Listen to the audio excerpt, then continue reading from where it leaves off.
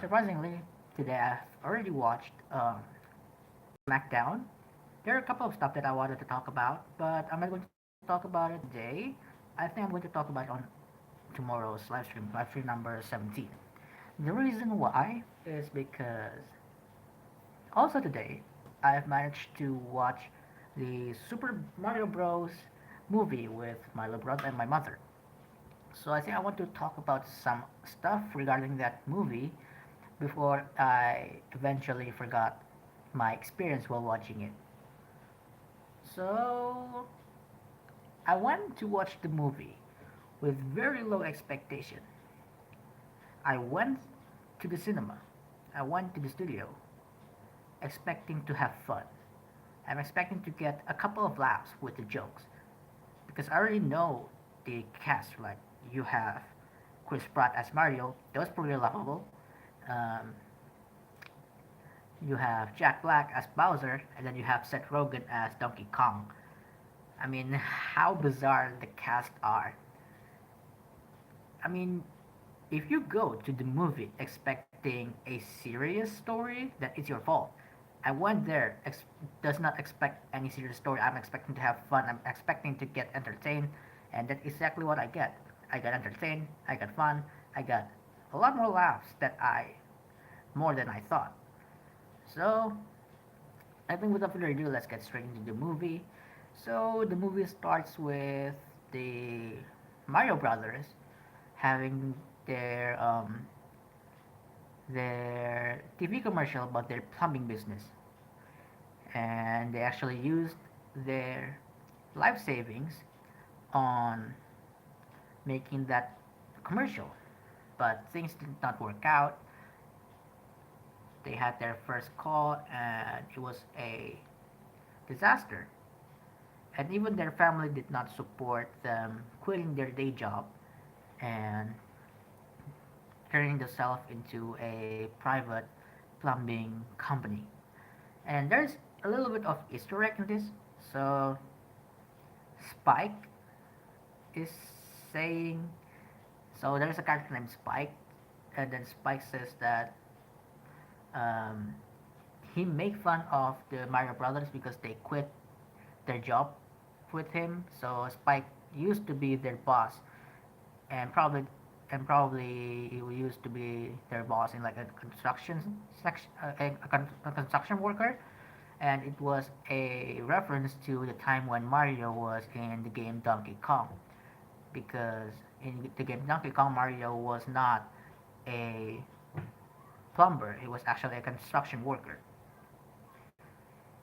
And when they were in the bar talking with Spike, in the background you can see an arcade game with a different name, but the game itself is actually Donkey Kong. So this is one point that I really like.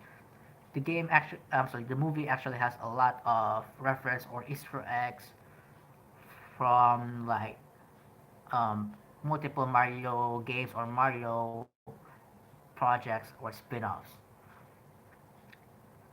And when the Mario Brothers went go their way to their first client, their pathing was actually felt like a 2D level of a Mario game. Like literally, the camera pans from left to right, and then the layout of their pathing felt like a Mario level. In the end, they hit a ball and then slide down as if it was like the end of a level. It was really good. And one thing that I really liked about the movie is that the recreation of the soundtrack from the games, it actually really they made it really fits the tone of the movie. And I think it used too much pop culture songs like "I need a hero," na na na na na na hero na na na na na na. I mean, I like the song, but I think they used that quite a lot. So I was like, why are they using hero in this movie? Because if you guys play the song Hero, I think your mind goes to immediately to Shrek. I think that song is already been combined, like it's already part of the Shrek franchise. You cannot use that song in any other movies other than Shrek. But I mean, that's just me. But I'm still enjoying it. So, how did they get into the world of the Mushroom Kingdom? So there was a big flood in Brooklyn, and they were trying to find the source. They went to underground, and then they see this place with multiple pipes, and then they got sucked by the pipe. Luigi got separated to the Dark World, which is Dark Land. I'm sorry, to the Dark Land, which is the land of Bowser, and then Mario got separated into the Mushroom Kingdom, where he meet Toad. And I'm kind of surprised with the voice of um, Jordan. What's his name? Uh, Peele and Jordan Peele, right? Jordan Key. Wait, oh sorry, Jordan Peele. Jordan Peele. I think it is. What's his friend's name? Jordan Peele. Friend. Um, Keegan Michael Key. There you go. Keegan Michael Key. I'm really surprised that he actually managed to change his voice into Toad, and I actually really like this version of Toad because I'm pretty sure back then I did not expect Toad to sound like that. Because and actually that's really close to what I expect Toad to sound like, and I think everyone did a great job um, on their role, especially Chris Pratt. I alright, so a lot of people are really upset when they didn't use Charles Martinet as the voice of Mario. One of the reasons is that Charles Martinet also voiced Luigi. That's a big no-no. You can't have one person having cast as two characters. And another reason is that in this movie Mario does not speak like an Italian. It's like it's a me Mario for the whole movie. It's actually just part of their um, commercial acting, but on their daily basis they actually use a little bit of Italian and a little bit of Brooklyn accent. So Chris Pratt as Mario actually really fits. And then Jack Black as Bowser. Oh boy, that was he is beautiful as Bowser. When you hear it, it does not feel like Jack Black. Same with um, Charlie from Green Day and also Anya Taylor-Joy. Their voice fits perfectly with the character. Maybe Anya Taylor-Joy, I did not expect Peach to have such a raspy voice. I think she's more like girly. But in this version of Peach, she's not a damsel in distress like what you've seen in past Mario games where Mario has to save Princess Peach multiple times. She's actually a really brave princess in this movie, so having a kind of a rasper voice actually really helps the character. And what I'm surprised at, um, Seth Rogen as Donkey Kong. I don't hear Donkey Kong, I hear Seth Rogen. And I think that's the beauty of Seth Rogen in movies. You don't hear the character, you only hear Seth Rogen, and I think that's a good thing. I think that's a good thing. I don't know why. I just love hearing Seth Rogen's voice in movies. I like I like his voice. We even got Donkey Kong's laughing in Seth Rogen's voice. I think that's really beautiful. So yeah, that's why I don't think I have. That's why I don't have any problem with Universal Studios casting celebrities in this movie instead of having Charles Martinet to voice Mario. Well, at least Charles Martinet has multiple, like a couple of cameos in the movie. Towards the end, he has a cameo of saying like Yahoo, I think, or like Mamma Mia. I cannot remember, but he has a cameo there. Where was I? Oh yeah, so the story. The story is kind of lacking. Okay, the story for the movie is kind of lacking. Because it's basically just Mario versus Bowser while he's trying to save his little brother Luigi, and that's it.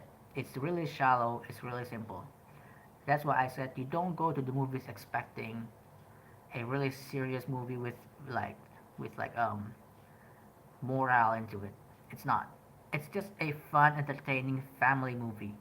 While I was watching it in theater, I could hear kids laughing, even adults laughing. That's how good this movie is. It does not. cater to kids only. It's also catered to people who really enjoy the franchise, or even adults who don't really who don't really familiar with the franchise.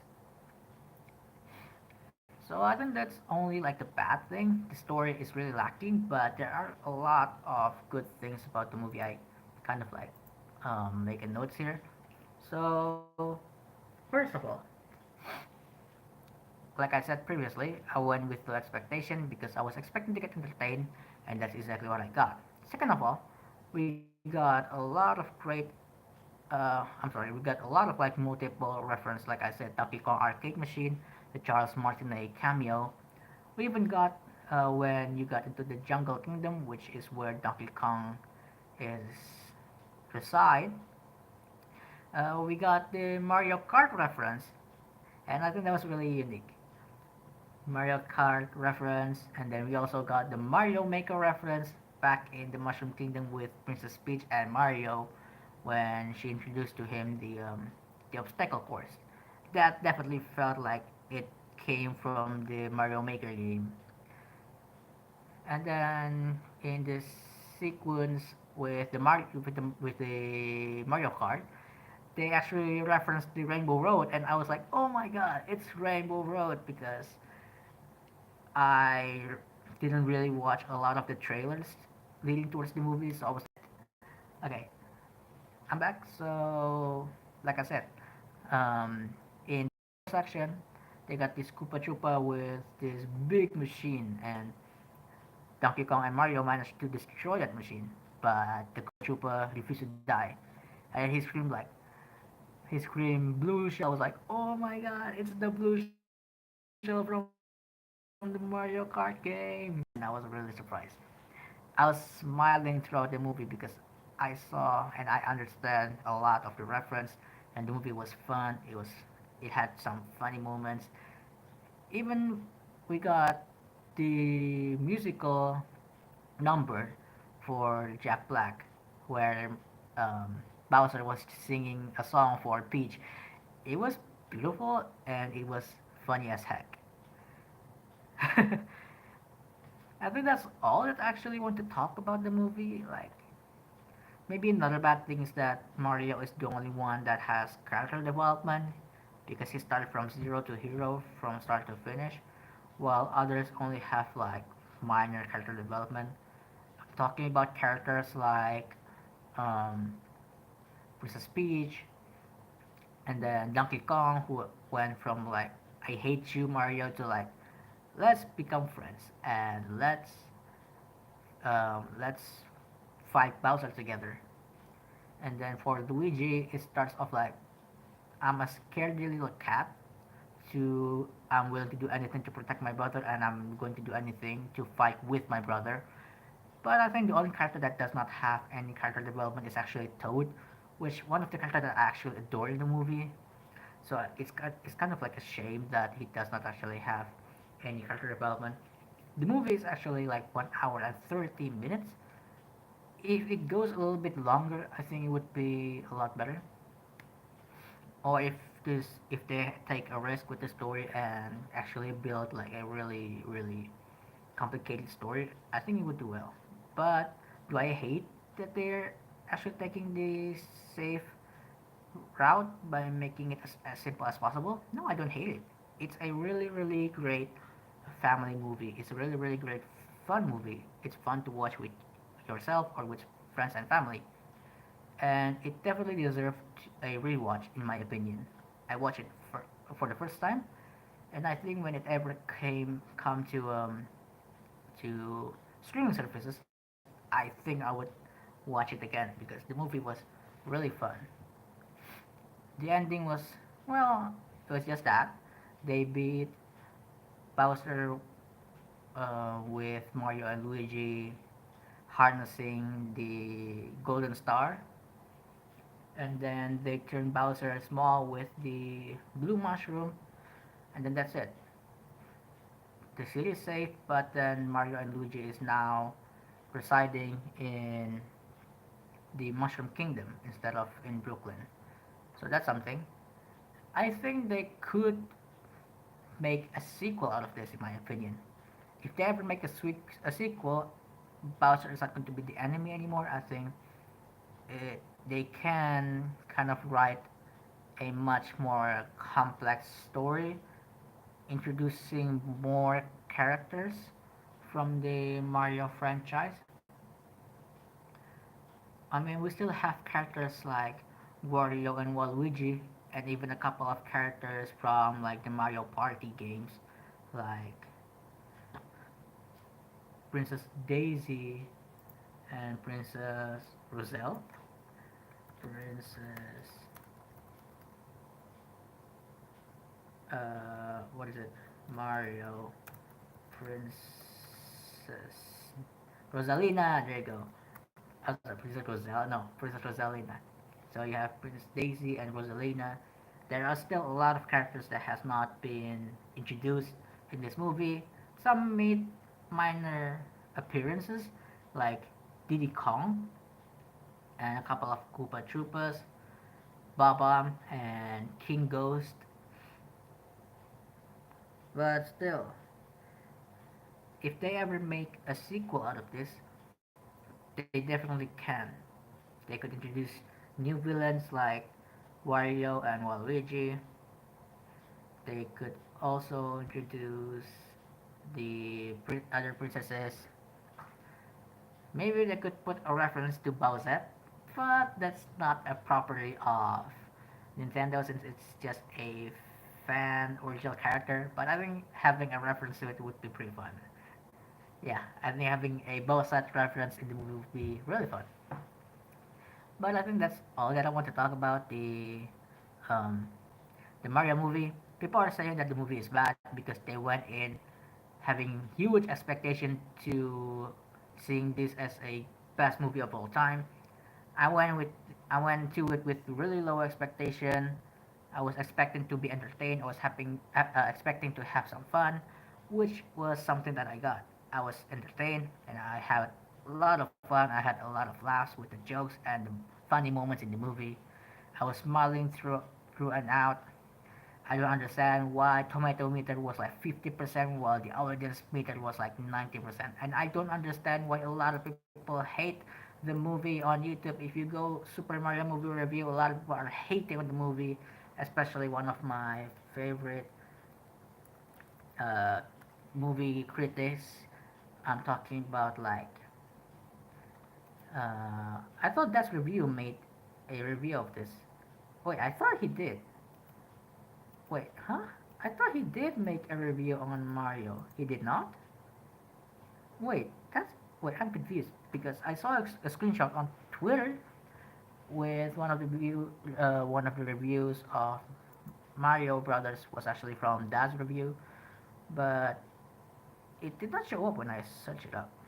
Okay, so that's kind of weird. But I mean, if you search up for Super Mario movie review on YouTube, some people say bad things about the movie because it's not what they expected. So if you guys are going to watch the movie, I will suggest this: don't have high expectation. Lower your expectation as low as possible.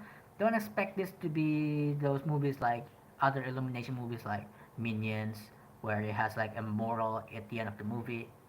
Expect a lot of laughs, a lot of laughs in this movie. Expect to be entertained. Expect to see a lot of references to older Mario games and spin-offs like Donkey Kong, Mario Maker, and then the Mario Kart game.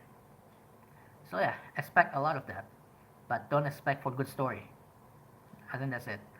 Don't expect for a good story. Expect to be entertained.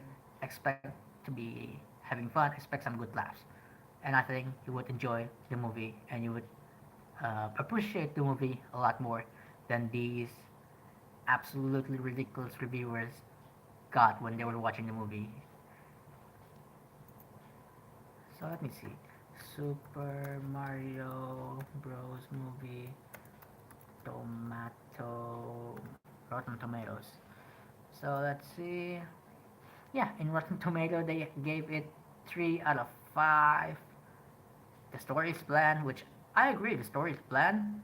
but it does not ruin the movie. That's something that people don't understand. A bland story does not ruin a movie. Oh my god, in tomato meter is still 56%. The audience score is 96. Wow, that is something. That is definitely something. I remember a lot of movies where the tomato meter was really really high, but the audience score was really really meh. So if you're seeing like reviews on sites like Rotten Tomatoes, don't essentially check for the tomato meter. Actually check for audience score. Even um, if you're not convinced with what the audience says, go watch the movie first. So like give your own opinion. Don't let others' opinion kind of like um, influence your way of thinking. If a reviewer said the movie is bad, you make your own opinion, whether you want to follow his opinion or if you want to go watch the movie and make your own opinion, you know. So I think that's all that I want to say. Overall, the movie is great. I'll give it 11 out of 10 because I went in really, really low with really low expectation. Definitely deserve a rewatch. Definitely deserve a sequel if it ever got a sequel, you know. If it got a series, I'm not watching it. It has to be a movie. This is something that has to be a movie. If it has a sequel, it has to be a movie. It cannot be a series. This is a problem with a lot of media these days. Some stuff can fit into series, but some stuff just needs to be movie. And I think for a sequel of Super Mario Bros, it has to be a movie. It cannot be a series. If it's a series, they are exploring too much. That's why it needs to be contained in a movie of like less than 2 hours long. And the sequel, they cannot go for the safe route in the sequel. They went for the safe route in this first movie, having a really really shallow story, really really simple, just Mario versus Bowser saving his little brother Luigi. If they ever make a sequel, it needs to be a little bit more complex, introducing more villain and have actually having morale at the end of the movie. So I think that's my review and my opinion on the Mario movie, the Super Mario Bros. Movie, and I will do my recap of SmackDown Live tomorrow around the same time. So I've been live streaming for 23 minutes. Today is Friday in California. No, I'm just kidding. Today is 12 past 50 a.m. So it's almost 1 a.m. in my country. So thank you so much for watching. My name is Devaja, and I'm signing out.